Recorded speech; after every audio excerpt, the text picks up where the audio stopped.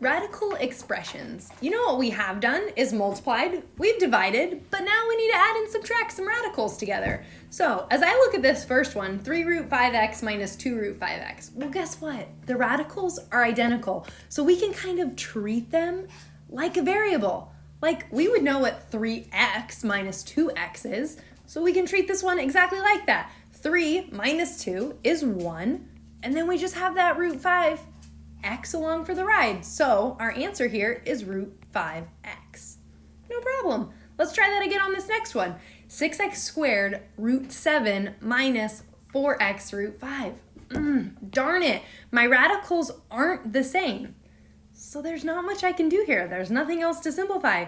So this one, it just is what it is. So it doesn't simplify. So I'm just going to say it's simplified. Number 3, I have 3x times root xy plus 2x times root xy. Woo! We have identical radicals, so we can just add like normal. 3x plus 2x is 5x, and then I have that root xy along for the ride. Doesn't simplify any further, so I'm done there. Take a minute to get number 4 done.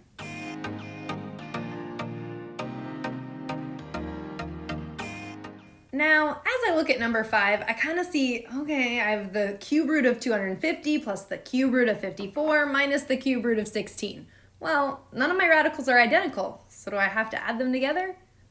I could totally simplify these, so I need to go ahead and try to simplify, then maybe they will add together. Now, Mrs. Peart taught me I could always start with the smallest radical because then that can kind of give me hints for the other ones. So the cube root of 16, well, I'm looking for cubes, right? So 8 times 2. Well, that means I know I'm looking for a cube root of 2 left, because if I'm going to be able to add these together, they're going to all need a cube root of 2. Well, let's check that out. If I move to the cube root of 54, well, 27 times 2, because that cube root of 2, is 54. So that's 3 cube root 2. Ooh, I like this. Okay, well then what? 250. What times 2 is 250?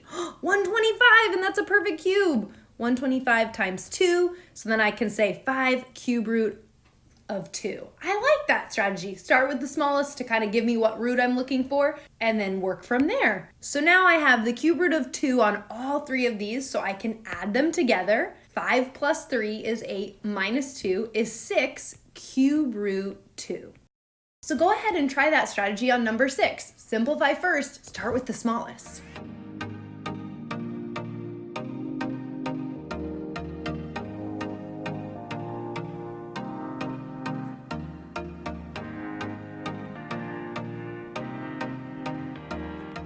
All right, so when I started with that smallest, that square root of 28, I knew that that was 4 times 7, and 4 is a perfect square, so the square root of 4 is 2. So I got 2 root 7. So that meant I was looking for 7s in the other one.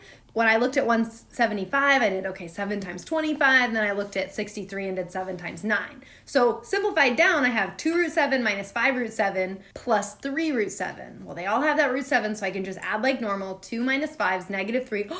Plus 3, well, that's 0 root 7, so that's just 0. Now we get to multiply binomial radicals. Yes! 4 times 5, 20. 4 times 4 root 2. So I'm going to multiply the things outside the radicals and keep the stuff inside. So 4 times 4 is 16 times that root 2. Next, I'll distribute 2 root 2 into the other binomial. 2 root 2 times 5, so 10 root 2. And then, careful here, because I have 2 root 2 times 4 root 2. Well, the things outside I can multiply together, so 2 times 4, 8. And then things inside I can multiply together. So square root of 2 times square root of 2, square root of 4, right? Now I'm going to do this in a couple of steps because we don't want to lose track of what's going on. You see that I did a side note to simplify that 8 times square root 4. So 8 times square root 4 is 8 times 2, or 16. Now we go ahead and combine like terms. Well, 20 plus 16 is 36, and then 16 root 2's plus 10 root 2's gives us a total of 26 root 2's. Try number 8.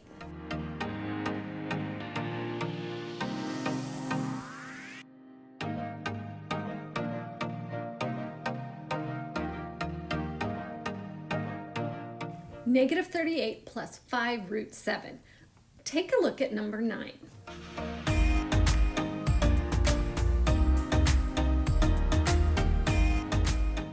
As we multiply 9, look at what happens. The middle term adds out, negative 6 root 12 plus 6 root 12.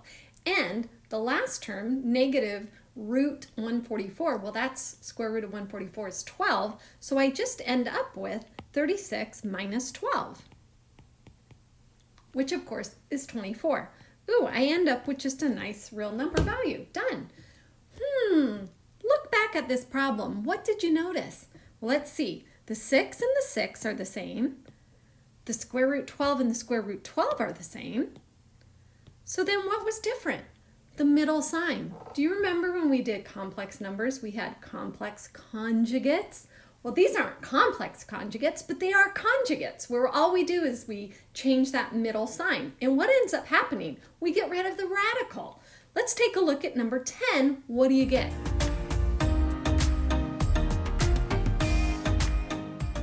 1. Well, this seems very useful, especially when we look at the next problem. I'm supposed to clear radicals out of the denominator, but this time it's not just like a radical. It's the difference of two radicals, or it could be the difference or sum of a number and a radical, right? We want to use a conjugate to get rid of them. So we're going to multiply by the square root of 3 plus the square root of 5. Just change the middle sign.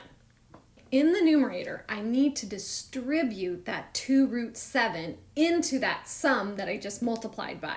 Be really careful as you do this.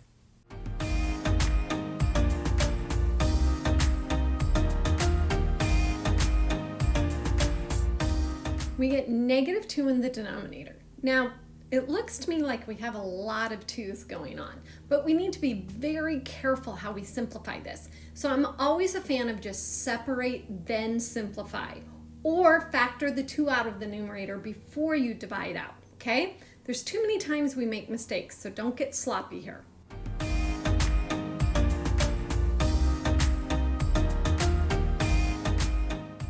Once I separated, then the 2's would divide out, and it happened to change my sign because I was dividing by a negative 2. So my final answer is negative root 21 plus root 35.